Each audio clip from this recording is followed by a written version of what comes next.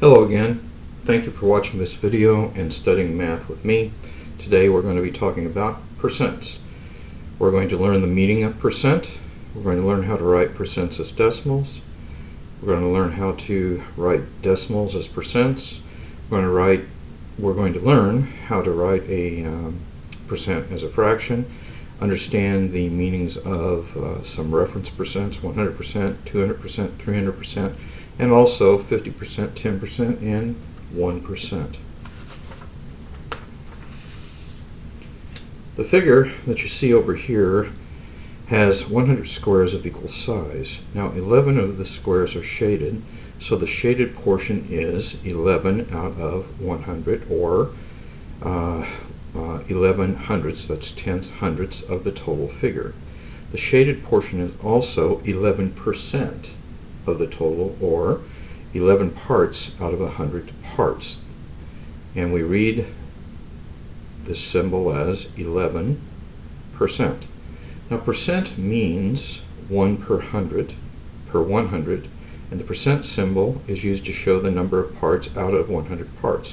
So p% is equal to, as a fraction, p without the percent sign divided by 100. So that is how you go from a percentage to a fraction, and in fact how you go from a fraction back to a percent. We also will be converting between percents and decimals to percent. So when we're writing a percent as a decimal, we're going to drop the percent sign and divide by 100. When we write a decimal as a percent, we're going to do the reverse operations in the reverse order. We're going to multiply by 100 and then attach a percent symbol.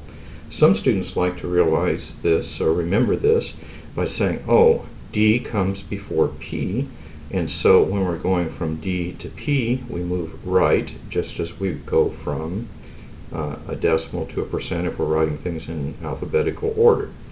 When we go, when we're changing a percent to a decimal, P follows D, so we're moving left, and this move is always two decimal places, because multiplying or dividing by 100 moves the decimal place 2 places.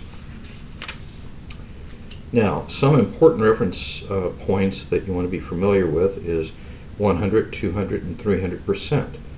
100% means all of the parts, so if 100% of the 18 people attending last week's meeting attended this week's meeting, then all 18 attended. 200% means twice as many. In this little example, that would mean if 18 people attended previously, and if we had 200% more, 200% of the people who attended the first meeting attend the second, we would have 36, or 2 times 36. Similarly, 300% means 3 times as many, and 3 times the original 18 would be 54. 50% means 50 parts out of 100, or 1/2. So 50% of $24 is $12. 10% means 10 parts out of 100. To find 10% of a number, we move the decimal point 1 place to the left, and to find 1% of a number, we move the decimal point 2 places to the left. Let's look at some examples. Here are a couple of examples where to write this as a percent. Well, this is going to be 357%, because we're changing the fraction to a percent. Here, again, we have divided by 100, so this is going to be 0.039%. Another kind of problem is we can write each percent as a decimal. So we drop the percent sign and move the decimal point 2 places, 1, 2, to the left. Here we drop the percent sign and move the decimal point 2 places to the left. Now, when I move this decimal point 1 and 2, I have to get some more zeros. So you see we have that, and then 0, 2, 2. So you can see that this really is a tiny amount, but such things do exist in medical applications. Also, we can write a decimal as a percent. Now here we'll move 2 places to the right, and this would be 190.89, and we will add the percent sign. Here we will move the decimal point 2 places to the right.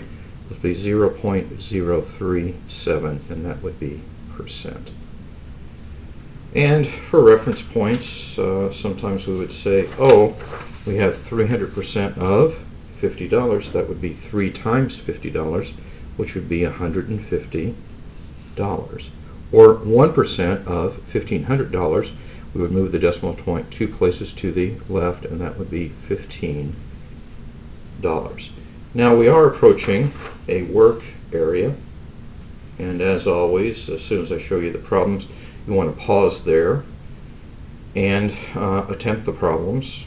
Once you get your answers, what you'll do is advance the videos, and we'll look at some answers. So I'm going to post some problems for you. Here they are, and I'm going to be back in a bit.